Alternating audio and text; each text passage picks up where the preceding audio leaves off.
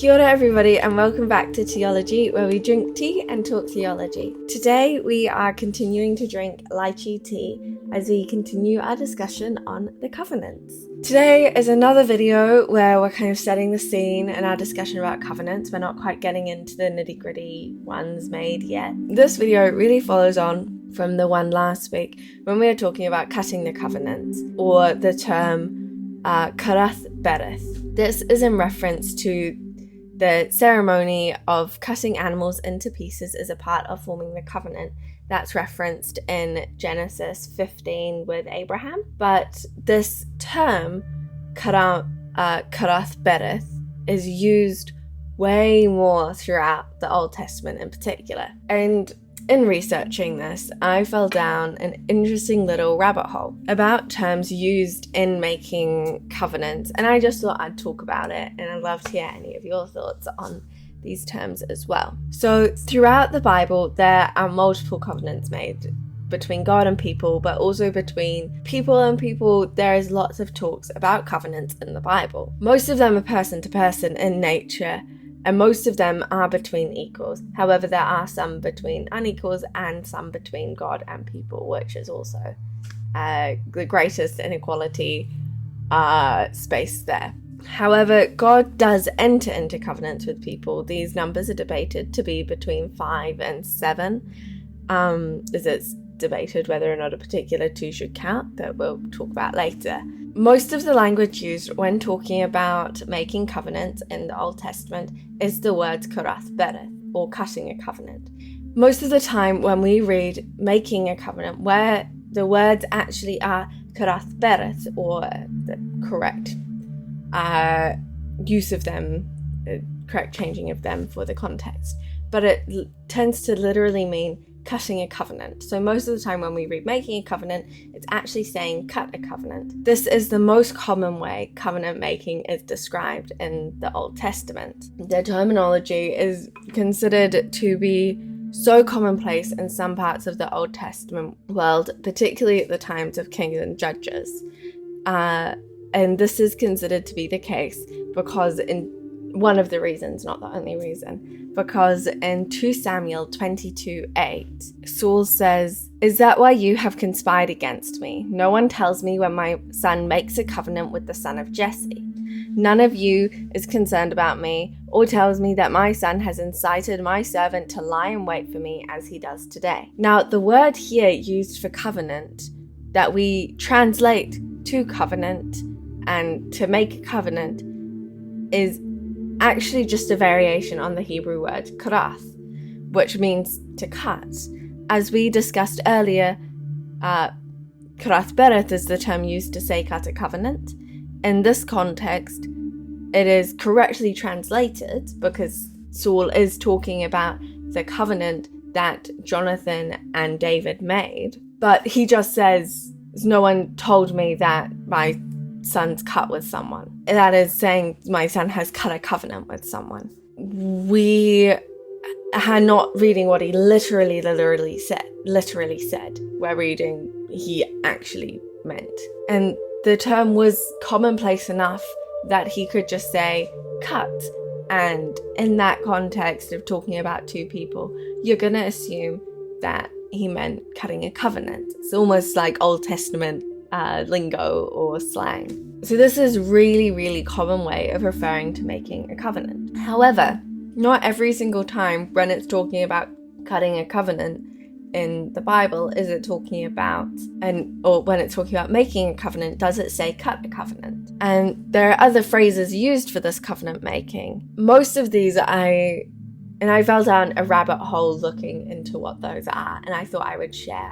Whether or not there's any significance here is in the wind. I just thought it was really interesting that at these various points it's not used. Most of these I haven't been able to find an explanation for why that language wasn't used. I do have a couple of ideas potentially for some of them. Some of them could just be because of the time and location is different, so the typical language used is different, and for some of them there might be like more to do with literary design and that type of thing. But I think all of that is really, really interesting still, to just see how language changes in the Bible and where it's different and why that might be. The first difference I found when I was looking at covenants was in Jeremiah 34:10, saying, "So all the officials and people who entered into this covenant agreed that they would free their male and female slaves and no longer hold them in bondage. They agreed and set them free." And the word here used here literally means enter. They entered into a covenant with each other. They then didn't follow through with that covenant. That covenant got broken. Some of them took them back. You can read about it in the rest of the chapter. However, in the next verses, when God is speaking about the covenant that he made with the people, he talks about cutting the covenant. Both of these about having a covenant made with people. If you enter into a covenant, you have to have made a covenant there is a covenant being made for you to enter into. And with the idea of cutting a covenant, that is also the same idea of the covenant being made. And I wonder if part of the use of the language here is saying that the covenant God made with them actually stood more weight than the covenant they had made with each other, or if it could be something to do with the fact that they defaulted so quickly on that covenant they had entered into that it wasn't deserving of that way. Don't know. The next one is Daniel 9:27, which he says, "And I will confirm a covenant with the many for 1 week, but in the middle of the week he will put a stop to sacrifice and grain offering. And on the wing of abominations will come the one who makes desolate, until a complete destruction, one that is decreed, gushes forth on the one who makes desolate." That's from the New American Standard Bible. But the word used for confirm a covenant literally does mean confirm. It is the word gabar, or to make a firm covenant. So some translations will translate it as making a firm covenant, and some will say it's confirming a covenant. However, the word gabar is related to power and strength, and so you could translate it as he will make a firm covenant.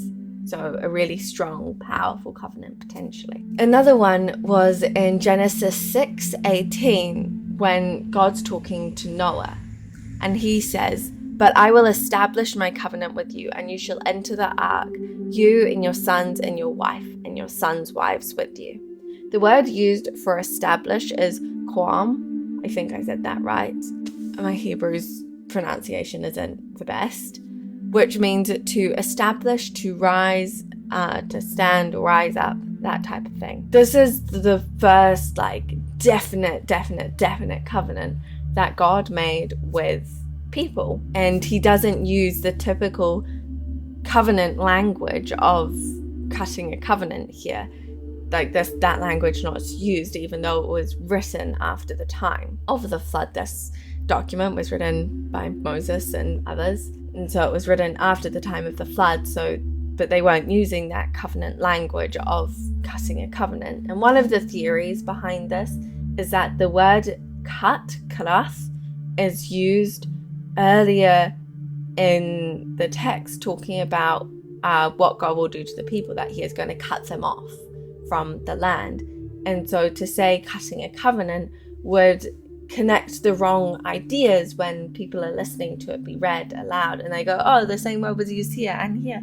I wonder if there's something going on," and drawing a link that isn't meant to be there. And so it's a part of a literary design to help make the text easier to understand when it's being read aloud and memorized, so people don't have memory hooks on the wrong things and draw inappropriate connections, because God's covenant is one of multiplication and to be fruitful and multiply.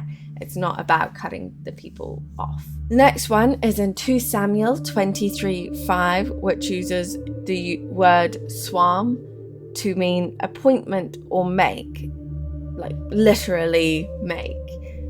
So most often when we read in our translations made a covenant, we're technically reading cut a covenant, but in this one we're actually reading they made a covenant, which I just think is a little bit funny. And the second and the last one that I found is in Psalm 111 verse 9. He has sent redemption to his people. He has ordained his covenant forever. Holy and awesome is his name. Here he uses the word svah, T-S-A-V-A-H, in our English alphabet, which means to command. So he's saying he has commanded his covenant to last forever. Now, this one's a little bit interesting because he isn't technically talking about making a covenant with people, but he is talking about how he made his covenant with people. It's debated whether or not the word cutting a covenant would be appropriate here.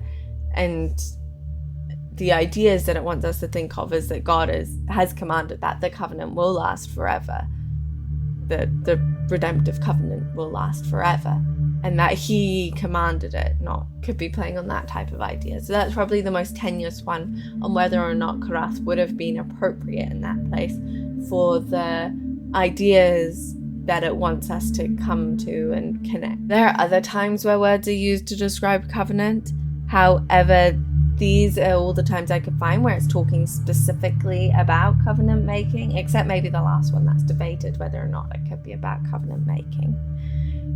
In most other times in the Bible, when it's talking about covenant making, it uses karath, to cut. So it's interesting that there are these times where it's talking about covenant making and it doesn't use to cut. And it could mean nothing, and some of them could mean nothing, and some of them could mean something. But I think it's interesting to think about. If any of you have any thoughts on why these might be different for some of these verses, I would love to hear them. I'll see you all next week, hopefully. Thank you so much for watching. Bye.